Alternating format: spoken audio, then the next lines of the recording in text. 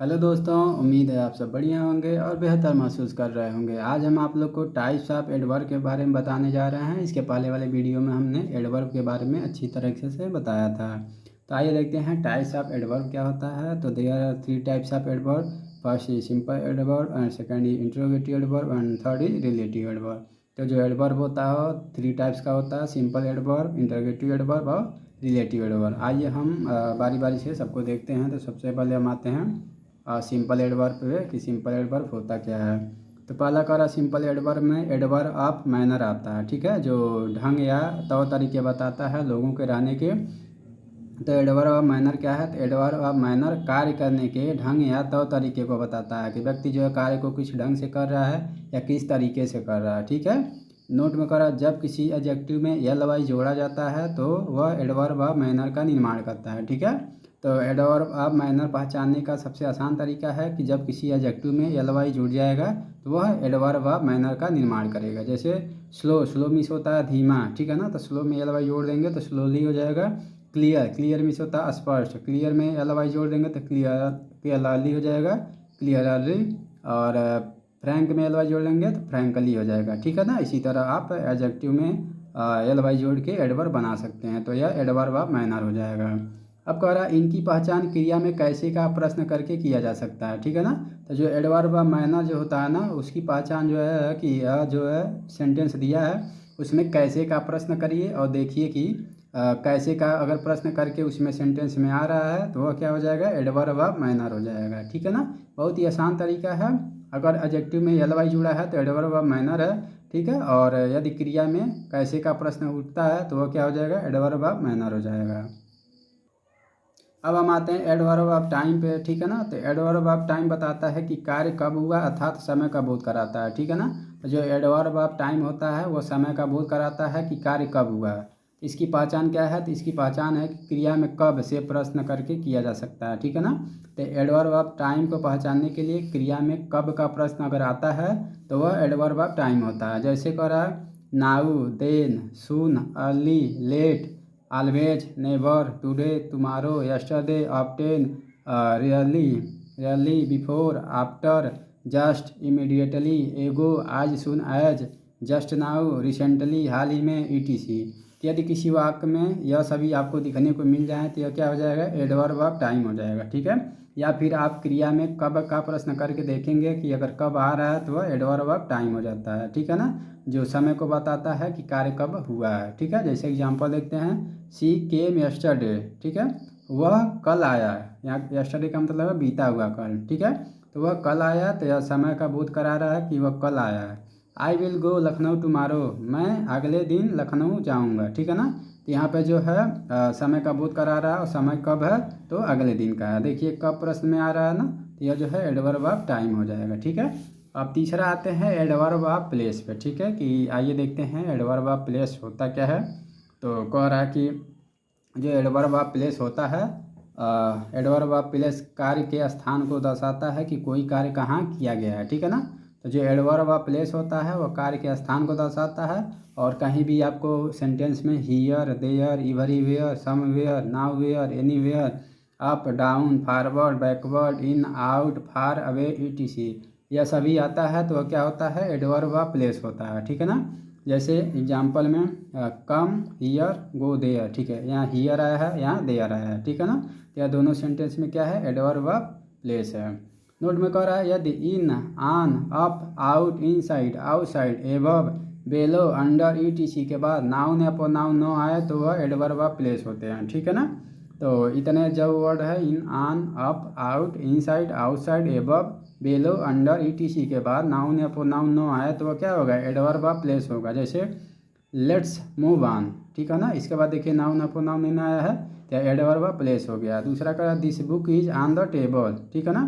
तो यहाँ पर जो है ऑन है, ऑन जो है आपका प्रीपोजिशन है, ऑन द टेबल, इसके बाद नाउन नहीं आया तो ऑन द टेबल क्या हो जाएगा? एडवर्ब ऑफ प्लेस हो जाएगा, ठीक है ना। सी इज इन द रूम, तो यहाँ पे देखिए यहाँ पर तो इन आप कहेंगे सर प्रीपोजिशन है, ठीक है प्रीपोजिशन है, लेकिन अगर इन सबको लेते हैं ना तो यह एडवर्ब ऑफ प्लेस में ही आ जाता है, ठीक है ना। और एडवर्ब का काम क्या होता है, एडवर्ब जो होता है प्रीपोजिशन का भी विशेषता बताता है, एडजेक्टिव का भी विशेषता बताता है, वर्ब का भी विशेषता बताता है। तो यहाँ क्या है, प्रीपोजिशन का विशेषता बता रहा है और कह रहा है कि इन द रूम जो है इसके बाद नाउन नहीं आया, नाउन या प्रोनाउन नहीं आया तो क्या हो जाएगा, एडवर्ब ऑफ प्लेस हो जाएगा, ठीक है ना। अब चौथा देखते हैं एडवर्ब ऑफ नंबर, ठीक है ना, कि एडवर्ब ऑफ नंबर होता क्या है। तो एडवर्ब ऑफ नंबर को एडवर्ब ऑफ फ्रीक्वेंसी भी कहा जाता है। यह बताता है कि कोई कार्य कितनी बार किया गया है, ठीक है ना। तो जब किसी वाक्य में कार्य के रिपीटिशन को बताएगा तो वह एडवर्ब ऑफ नंबर या एडवर्ब ऑफ फ्रीक्वेंसी हो जाएगा।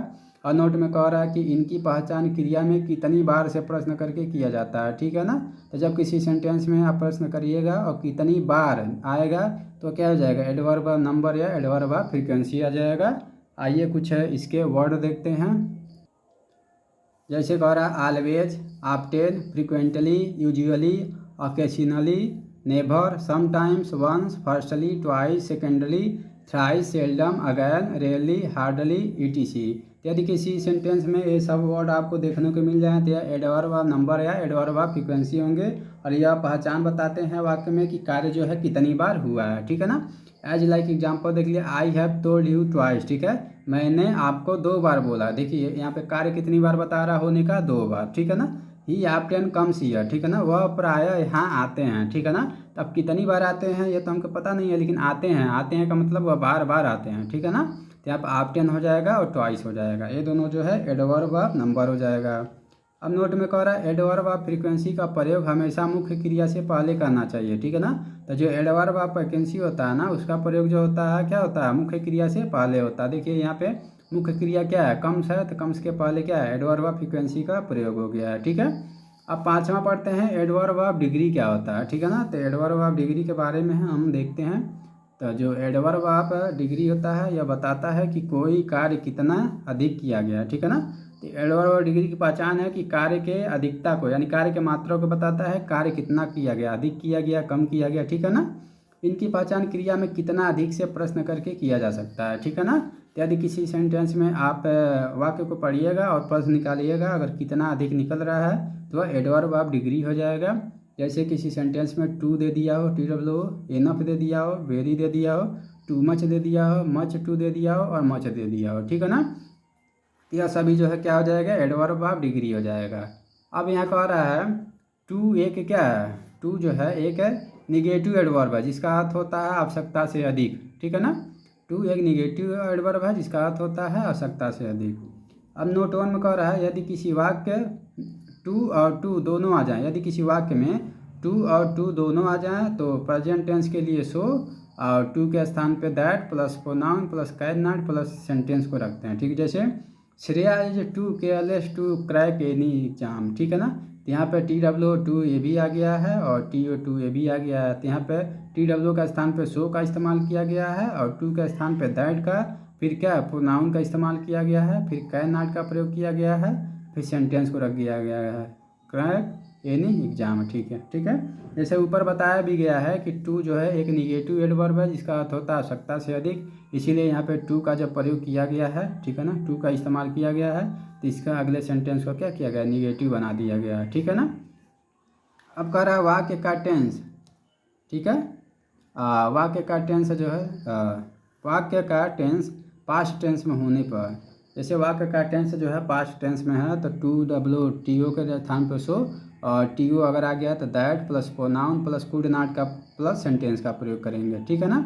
यहाँ पर जो है एक तरह से देख सकते हैं, यहाँ पे यदि वाक्य में टू और टू दोनों आया था तो प्रेजेंट टेंस के लिए था, ठीक है ना। और यहाँ पे हम किसके लिए देख रहे हैं, पास्ट टेंस के लिए देख रहे हैं। पास्ट टेंस में TWO का स्थान पर सो और TO का स्थान पर दैट का प्रयोग किया जाएगा, ठीक है ना। जैसे कि एग्जांपल दिया है Rahul and Sahul were too weak to win any running competition, ठीक है ना। तो यह सेंटेंस जो है आपका पास्ट टेंस में दिया हुआ है, तो पास्ट टेंस में दिया हुआ है तो कह रहा है राहुल एंड साहुल वेयर सो, यहाँ टू का स्थान पे सो का प्रयोग हुआ है, weak to win any running competition, ठीक है ना। वीक यहाँ पे टू के स्थान पे दैट का प्रयोग हुआ है, they could not win any running competition हो जाएगा, ठीक है ना। तो यहाँ क्या हो जाएगा, एनफ हो जाएगा। इसका शाब्दिक अर्थ, एनफ का शाब्दिक अर्थ आवश्यकता से अधिक होता है। एडवर्ब के रूप में इसका प्रयोग उस एडजेक्टिव के बाद किया जाता है जिसकी यह विशेषता बताता है, ठीक है ना। तो एनफ का प्रयोग जो है उस एडजेक्टिव के बाद किया जाता है जिसकी यह विशेषता बता रहा होता है, ठीक है। तो यहाँ नोट में कह रहा है एडजेक्टिव हमेशा अपने पॉजिटिव डिग्री में ही होना चाहिए। जैसे एग्जाम्पल लिखिए, she is a beautiful enough to win any beauty competition, ठीक है ना। वह पर्याप्त सुंदर है, टू विन जीतने के लिए, एनी किसी भी सौंदर्य प्रतियोगिता को, ठीक है ना। वह कह रहा है वह पर्याप्त सुंदर है, ठीक है ना, जीतने के लिए किसी भी क्या है, ब्यूटी कंपटीशन यानी कि सौंदर्य प्रतियोगिता को, ठीक है ना। तो यहाँ पे देखिए एडजेक्टिव है ना, तो एडजेक्टिव के बाद क्या आया है, एनफ आया, ठीक है ना। तो कह रहा है एनफ का शाब्दिक अर्थ आवश्यकता से अधिक होता है और एडवर्ब के रूप में इसका प्रयोग क्या है, एडजेक्टिव के बाद किया जाता है जिसकी यह विशेषता बताता है, ठीक है ना। तो नोट में कह रहा है एडजेक्टिव हमेशा अपने पॉजिटिव डिग्री में ही होना चाहिए, ठीक है ना। तो यहाँ देखिए एडजेक्टिव अपने किस में है, पॉजिटिव डिग्री में ही है, ठीक है ना। दूसरा एग्जांपल है, she is intelligent enough to crack any one day exam, ठीक है ना। यहाँ भी एनफ का प्रयोग देखिए एडजेक्टिव के बाद किया गया है, ठीक है ना। तो इस तरह से आप कभी भी एनफ का प्रयोग किया करिएगा तो एडजेक्टिव के बाद करिएगा और एडजेक्टिव जो होगा किस में होगा, अपने पॉजिटिव डिग्री में होगा, ठीक है ना। अब कह रहा है वेरी या मच, वेरी या मच होता क्या है, आइए देखते हैं वेरी या मच होता क्या है। तो कह रहा है वेरी का प्रयोग किसी पॉजिटिव डिग्री के एडजेक्टिव से पहले किया जाता है, ठीक है ना। जो एनफ का प्रयोग किया गया था वह क्या किया गया था, एडजेक्टिव के बाद किया गया था। जैसे एडजेक्टिव के बाद किया जा रहा था एनफ का प्रयोग, ठीक है ना।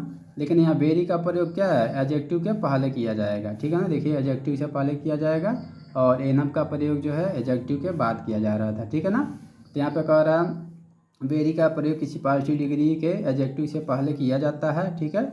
और मच का प्रयोग किसी कंपैरेटिव डिग्री के एडजेक्टिव से पहले किया जाता है, ठीक है ना। तो वेरी और मच में अंतर यह है कि पॉजिटिव डिग्री के एडजेक्टिव से पहले किया जाएगा और मच का प्रयोग जो है किसी कंपैरेटिव डिग्री के एडजेक्टिव से पहले किया जाएगा, ठीक है ना। जैसे एग्जांपल में कह रहा है she is very beautiful, Ram is very handsome, she is much taller than Radha. यहाँ पे देखिए सी इज़ वेरी ब्यूटीफुल यह पॉजिटिव डिग्री में है इसलिए एडजेक्टिव से पहले किया गया है।